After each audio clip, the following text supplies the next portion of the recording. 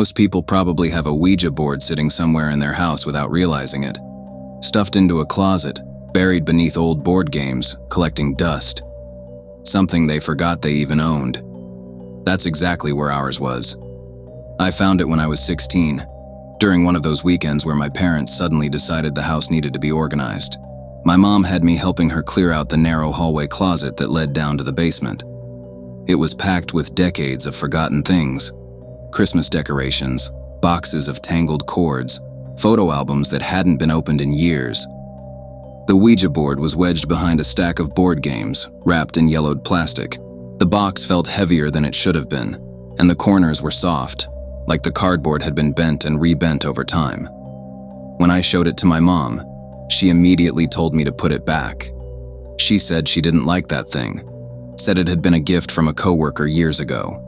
She told me she and my dad had only used it once. She wouldn't explain why they stopped. That should have been my warning. That Friday night, my parents left town for the weekend. I invited 2 friends over, Ryan and Cole, and my younger brother stayed upstairs pretending not to listen. We waited until it was dark, not because we believed in it, but because it felt right. We played in my bedroom with the lights off, using a single desk lamp pointed at the wall so the room stayed dim and shadowy. We sat on the floor with the board between us. The planchette felt colder than the rest of the room when I touched it. None of us had used a Ouija board before, so we followed the basic rules we found online. No jokes, no crossing legs. Ask clear questions. Don't force anything. At first, nothing happened.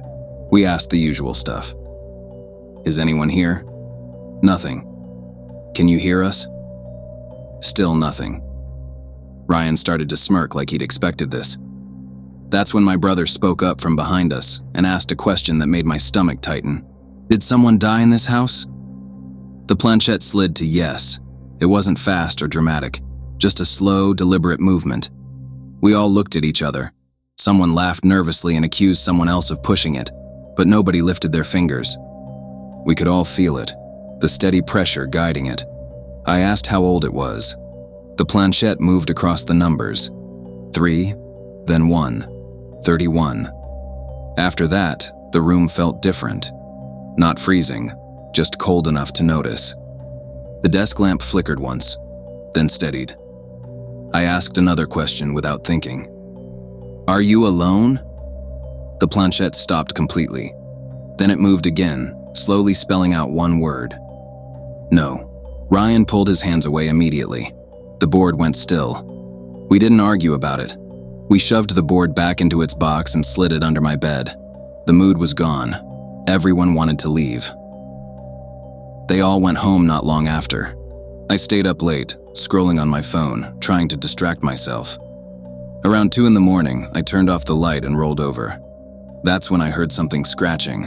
It was faint, slow, like fingernails dragging lightly across wood. The sound was coming from under my bed. I lay there frozen, listening as it stopped, then started again.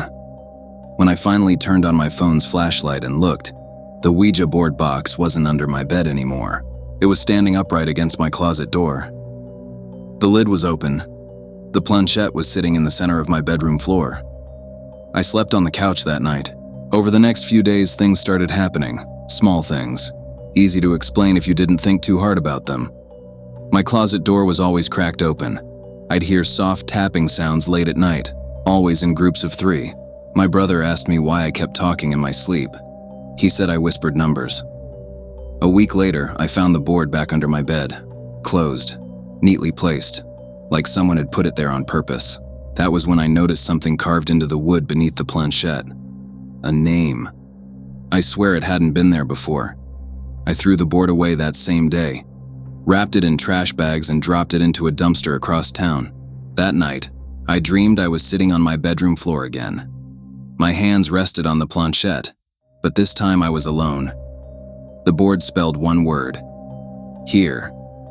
I woke up to scratching under my bed. I never touched a Ouija board again. But sometimes, when my room is quiet, I still feel the urge to ask one more question.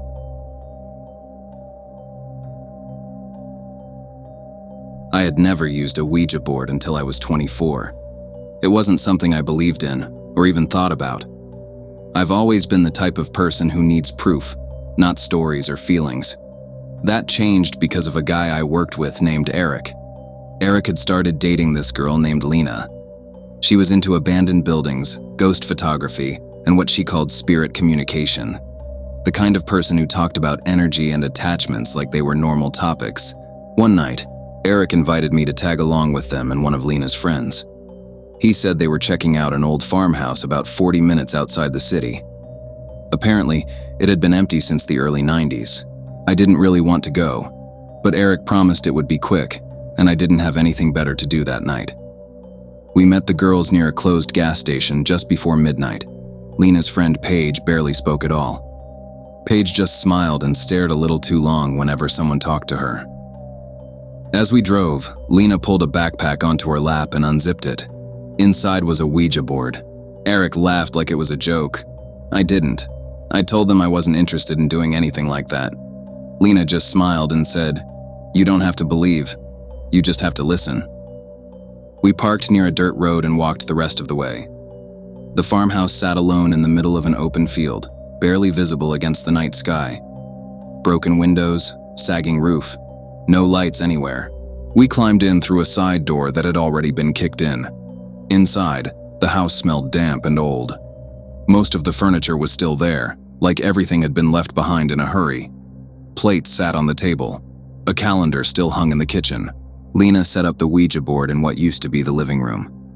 She lit 2 candles and told us to sit. I kept my hands off the board at first. I didn't want to play along. She started asking questions anyway. "Is anyone here with us?" Nothing happened. "Can you hear us?" Still nothing. Then Paige spoke for the first time since we arrived. "You don't have to be afraid." The planchette moved, just slightly, enough that everyone noticed. It spelled, "Hello." I laughed quietly and looked at Eric, expecting him to laugh too. He didn't. Lena asked its name. The planchette moved again, slowly spelling out Thomas. She asked how long it had been there. The planchette spelled, "Always." That's when we heard the sound upstairs. A slow, heavy footstep. Eric stood up immediately and said someone was messing with us. He started toward the stairs, but Lena told him to stop. She asked the board if Thomas made that sound. The planchette slid to yes. Another step followed. Louder this time. I told Eric we were leaving, right then. As we argued, we heard a door open upstairs. Then something dragged across the floor. Eric and I grabbed our flashlights and went up the stairs, convinced we'd catch someone hiding. The second floor was darker than the first. The air felt thicker. We checked every room. They were all empty, until we reached the last bedroom.